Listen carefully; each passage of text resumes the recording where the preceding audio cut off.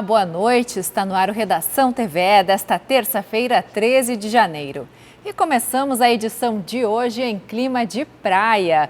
Durante os meses de verão, a população do litoral norte gaúcho, que conta com cerca de 500 mil moradores fixos, tem um aumento expressivo, podendo chegar a 2 milhões de habitantes nas datas de maior movimento. Mas como os municípios da região se preparam para receber tanta gente? Para falar sobre o assunto, nós vamos direto a Imbé, onde está a repórter Clarissa Lima. Antes de mais nada, Clarissa, como está o clima por aí, a movimentação? Boa noite.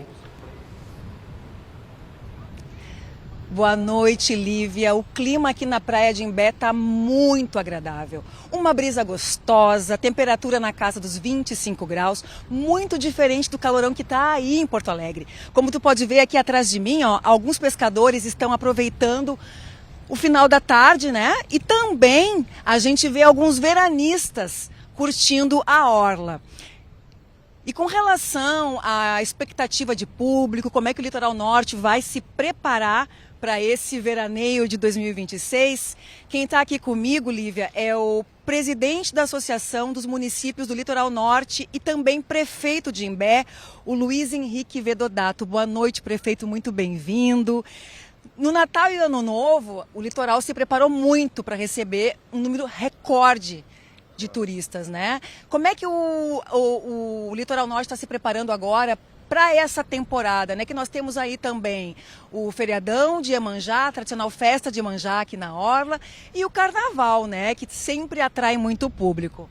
As cidades litorâneas, praianas, elas têm tido durante todo o ano, né, uma visitação atípica, né? Acho que é o novo normal, vamos dizer assim, depois da pandemia e depois desse fenômeno climático que o estado sofreu das enchentes na região metropolitana, na Serra também, né? Então dá para dizer que os municípios praianos litorâneos têm feito um trabalho de zeladoria e preparação para receber turistas, veranistas, né, moradores durante todo o ano, o que fez com que a gente pudesse estar preparado sim, em todas as cidades do litoral para receber esse incremento populacional que a gente tem tradicionalmente na nossa temporada, principalmente no Ano Novo e no Carnaval. Este ano de uma maneira atípica também, né, com o feriado de Natal acontecendo na quinta-feira, né, o que fez com que boa parte dos gaúchos e até de pessoas de outros estados do exterior viessem para cá, fez com que a gente tivesse um grande público durante um grande período, desde antes do Natal, o que era normal, a gente sempre acompanhar as famílias gaúchas passando o Natal nas suas cidades de origem, né, e depois do Natal vindo aproveitar o feriado de Carnaval. Dessa vez foi o contrário, o pessoal veio já antes do Natal, também para visitar aqueles nossos novos moradores, que com a pandemia e com a enchente vieram para cá, então acredito receberam seus familiares, e a gente teve um grande número de pessoas, um número que nunca teve, foi um recorde realmente, como tu citou, aqui na nossa região. Passado o Ano Novo, o transtorno que deu do trânsito, até em alguns casos pontuais, em algumas cidades com recolhimento de lixo, a gente conseguiu normalizar a situação e está pronto com a nossa rede hoteleira, com nossos comércios, né, com o nosso povo, com a nossa beira-mar linda e maravilhosa. A gente está aqui na confluência do rio Tramandaí, o rio que divide a cidade de Tramandaí e Imbé, aqui para poder receber bem todos os turistas. Já é um momento de receber mais gente, a gente sabe que nos finais de semana, inclusive da temporada de verão, a quantidade de público se intensifica e a gente prevê para o carnaval um grande carnaval, principalmente porque a gente tem notícia, né? Os órgãos de meteorologia têm divulgado que a gente vai ter tempo bom durante o verão. Se Deus quiser, não teremos mais o azar que tivemos no verão passado. O município de Imbé, inclusive, no mês de fevereiro, próximo ao Carnaval, teve um grande vendaval. A gente teve falta de energia em toda a cidade. Era isso que eu ia lhe perguntar, prefeito, né? Agora a emergência climática é uma realidade no Rio Grande do Sul. Como é que o Litoral Norte está se preparando para ciclones e também tempestades temporais que acontecem com tanta frequência? Acredito que tenha que haver um planejamento a longo prazo para isso. Exato, são eventos que a gente não consegue controlar. A gente vai, segundo o que dizem os especialistas, ter que aprender a conviver com esses eventos que vão acontecer de maneira cada vez mais frequente. E hoje, no município de Osório, onde é a sede da nossa entidade, nós tivemos uma reunião com todos os representantes da Defesa Civil de todos os municípios e com a representação da Defesa Civil do Estado, que distribuiu em todo o Estado, né, tentáculos, digamos assim, da Defesa Civil, e aqui no litoral agora, de maneira dedicada, a gente tem a previsão de a construção de uma estrutura para isso, para que a gente possa de maneira integrada e mais rápida, né, poder atuar caso venha acontecer, e possivelmente vai acontecer, novos eventos climáticos importantes e que de maneira conjunta a gente possa se ajudar. O Estado provou, né, e o litoral também, que nós somos solidários, um povo resiliente, inclusive, e que, de uma maneira ou de outra, na medida da necessidade, vai estar abraçado junto para enfrentar esses problemas. Mas, infelizmente, os eventos climáticos, se vierem a acontecer, a gente não vai ter força para evitar. O que a gente está se programando realmente é para poder, de maneira integrada, né, a gente atuar caso venha a acontecer, para amenizar o prejuízo econômico, para amenizar também o prejuízo da população, e a gente dá, através do poder público, um norteamento para a gente poder atuar de maneira a atender a população caso tenha necessidade. O negócio é prevenção, né, prefeito? Vamos falar um pouquinho dos atrativos turísticos, né? Além da orla maravilhosa, o que mais o Litoral Norte oferece? O que Imbé oferece para quem vir aqui em termos de atividades culturais, natureza? São diversos eventos feitos de maneira integrada numa região que é um conglomerado urbano. O Imbé é uma cidade do litoral, a menor delas, inclusive, em território, não em população, né, e nem em recepção de pessoas, mas em território sim. E a gente trabalha de uma maneira integrada com vários eventos distribuídos, eventos tradicionalistas, como é o caso deste final de semana. A gente teve no município de Maquiné o Rodeio Crioulo de Maquiné. Aqui, bem ao lado, a gente teve nesse final de semana a primeira etapa de beach tênis, né, que vale para o Campeonato Brasileiro, que ainda tem estrutura que está sendo desmontada. Mais de 1.500 inscritos, né? E a gente teve a oportunidade de recebê-los. Festas acontecendo em todas as cidades da região, Paleta Atlântida, Planeta Atlântida, algumas festas privadas inclusive.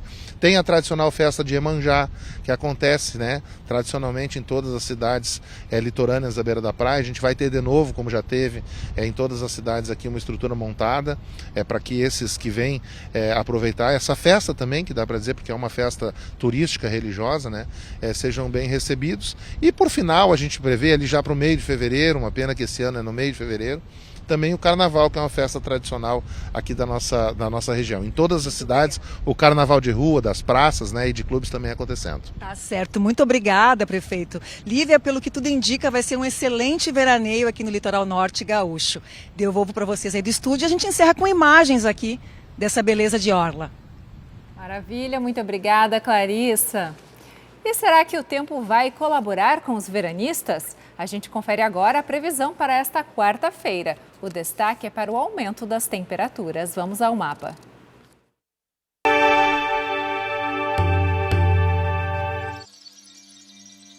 O sol continua aparecendo em praticamente todo o estado nesta quarta-feira, mas pancadas de chuva podem cair na faixa leste do Rio Grande do Sul e no extremo norte. O calor ganha força e a máxima ultrapassa os 32 graus em várias cidades gaúchas. Os termômetros da capital marcam 32 à tarde e o dia começa com 22 graus. Em Santa Maria, mínima de 19 e máxima de 31. Em Tramandaí faz 23 graus ao amanhecer. À tarde, a máxima é de 27.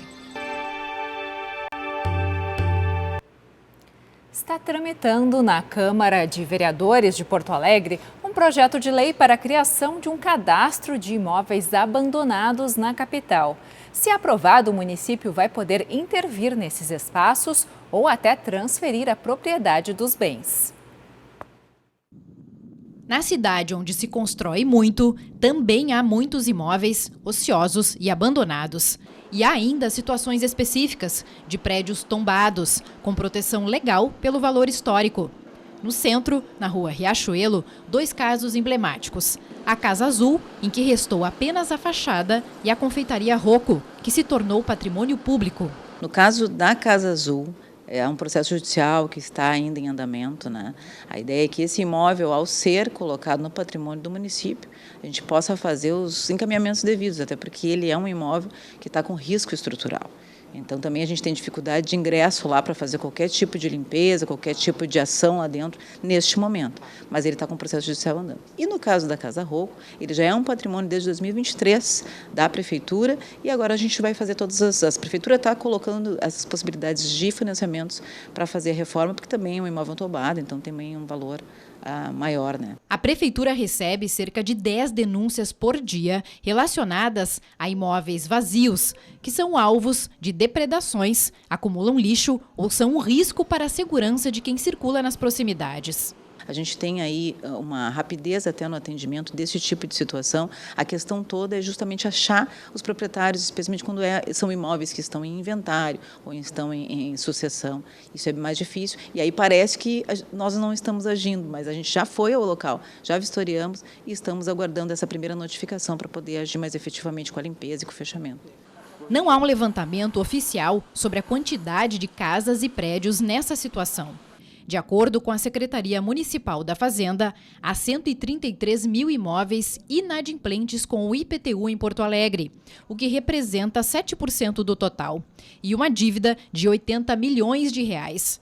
O Observatório das Metrópoles e o Censo de 2022 estimam 686.400 domicílios particulares permanentes, 101 mil vagos e 27.200 de uso ocasional. Esses imóveis que ficam parados e vagos, eles acabam criando certos vazios no tecido urbano e isso elimina a potencialidade desse tecido, né, dessa constituição urbana.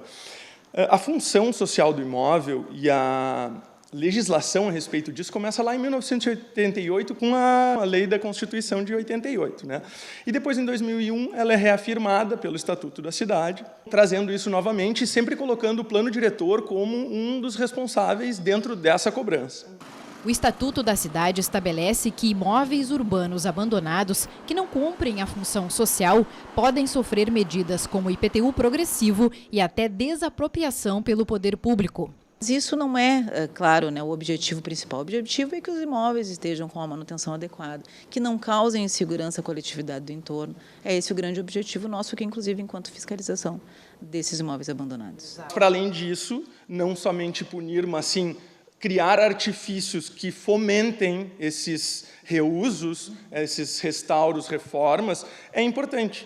Porque a questão não é o punir, mas sim ver a nossa cidade ativa de alguma forma, né? Vibrante, bonita, né? Acho que tem a questão da estética, mas o mais importante eu diria que seria esse vigor de uso. Que as pessoas possam se apropriar disso e desfrutar da cidade, de uma cidade digna. E assim encerramos o Redação TVE de hoje. A seguir você fica com as notícias nacionais do Repórter Brasil. Nós voltamos amanhã às 6:45. Uma boa noite e até lá!